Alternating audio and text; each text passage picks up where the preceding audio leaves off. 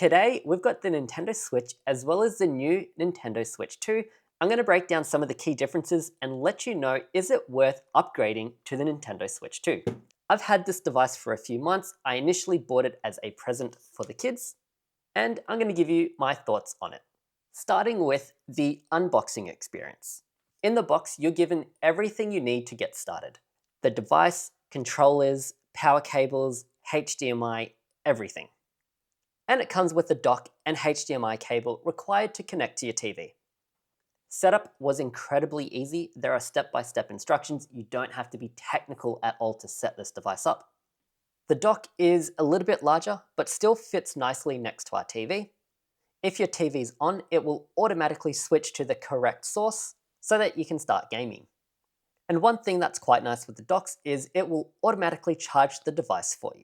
When you connect the Switch 2 device to the dock, instead of the 1080p display, it can go all the way up to 4K at a max of 120 frames per second. It means you're going to get a nice crisp display, whether you're using it in the handheld or on a TV. And I can say that is one thing I definitely noticed between upgrading from the original Switch to the Switch 2. The visual quality has been a huge step up. And it also comes with a companion app for parents, where you can set parental controls to block certain content and set time limits, and you can also block access to the eStore, which as a parent, I really appreciate. In terms of accessories, there are probably 3 things that you're going to want to get. Number 1, a screen protector. Super handy to avoid scratches, just the nature of having little kids using it. I've already got scratches on this device, and my previous one, the screen completely cracked. Helps to avoid issues. Second, a travel case, which keeps the device safe in transit and also has slots to keep your games in one convenient place. And finally, you may want to pick up a controller if you're playing with other people. These Joy-Cons are perfectly fine to use, and they do detach, so you can have player 1 using this and player 2 using this. Personally, I've found it a lot nicer to use both controllers for one player and have a second controller for the second player. There are 2 things that really stick out as major improvements. Here's a side-by-side comparison. The Switch 2 screen is much larger and has a higher brightness level. The second key feature you'll notice is the Joy-Cons. First off, the actual controller that you use to move around is substantially better. One of my key issues with the original Switch was it wasn't very nice to use these controllers. In my opinion, they were just a little too thin. It was usable, but it just wasn't a pleasant experience. However, on the latest one, it is slightly bigger.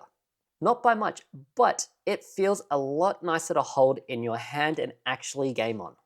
For me, the larger screen and the Joy-Cons being improved are really what have sold me on this upgrade. I also have to say, detaching and reattaching the Joy-Cons is so satisfying on the Switch 2. On the original, you had a little button back here that you would push, and then you would pull the controller off. And then simply just slide it back into place. On the Switch 2, there's a release button that you press and it snaps off, and there are magnets that just snap it back into place. Very minor, but it is a good quality of life improvement, and these are quite sturdy. They don't really snap out of place. There's quite a lot of tolerance, so I'm not worried about these in the slightest. Now, one of the new features is they did mention you could put it on a flat surface and use it like a mouse. It's a bit gimmicky. I haven't seen any games make use of this feature just yet, but that is a new thing it can do. One of the absolute best features of the Switch 2 that I've found is backwards compatibility. It is backwards compatible with all of the original Nintendo Switch games as well as the controllers. That means if I want to fire up Mario Kart, I can use each of these controllers from the previous Switch and connect them to the Switch 2 to have a 4-player race. I had expected the games to transfer over and work, which they do, but I didn't realize the controllers would also sync up, which was just a nice bonus. They also made the backwards compatibility really seamless. When you set your account up, you're asked if you want to transfer all of your progress and save data across to the Switch 2. From a customer point of view, it was just great. Because this is going to be for my kids, one thing I do care about is durability. Obviously, I hope they never drop this like they did the previous one, but I have to say it feels like a great solid device. It's well built where the game card comes in and out. It's a thick solid piece of plastic that I don't think will ever come out. And the flip stand is a lot better. On the previous Switch, if you can see, it used to be here. It was a tiny piece of plastic and it didn't survive my kids. It snapped off, unfortunately.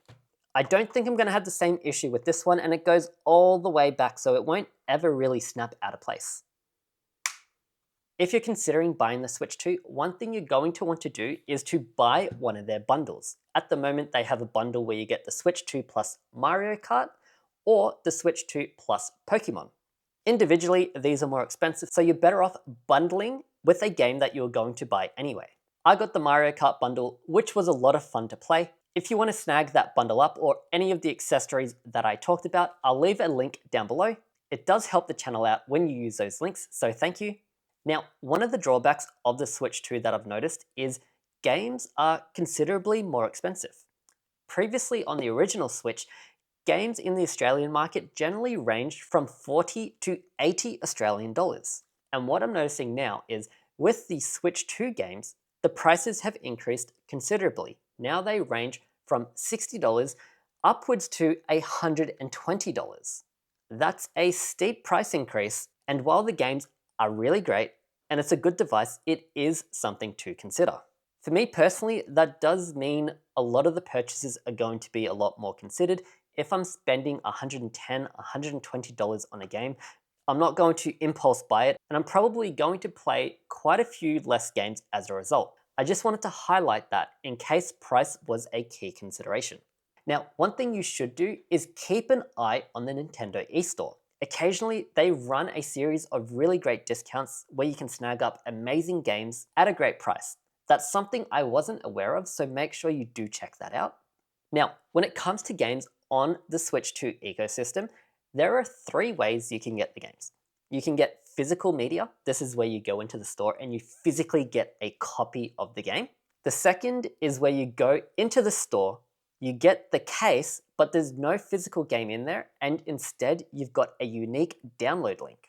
And the third is you can download directly from the Nintendo eStore, so you don't have to go down to the shops at all. Which option you choose is completely up to you, personal preference. Here's what I've found with 3 young kids. For me, I love collecting games. It's nice to have a collection.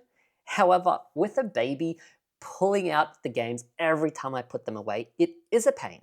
And young kids do have a tendency to lose games, especially when they are tiny, like the size of your thumb.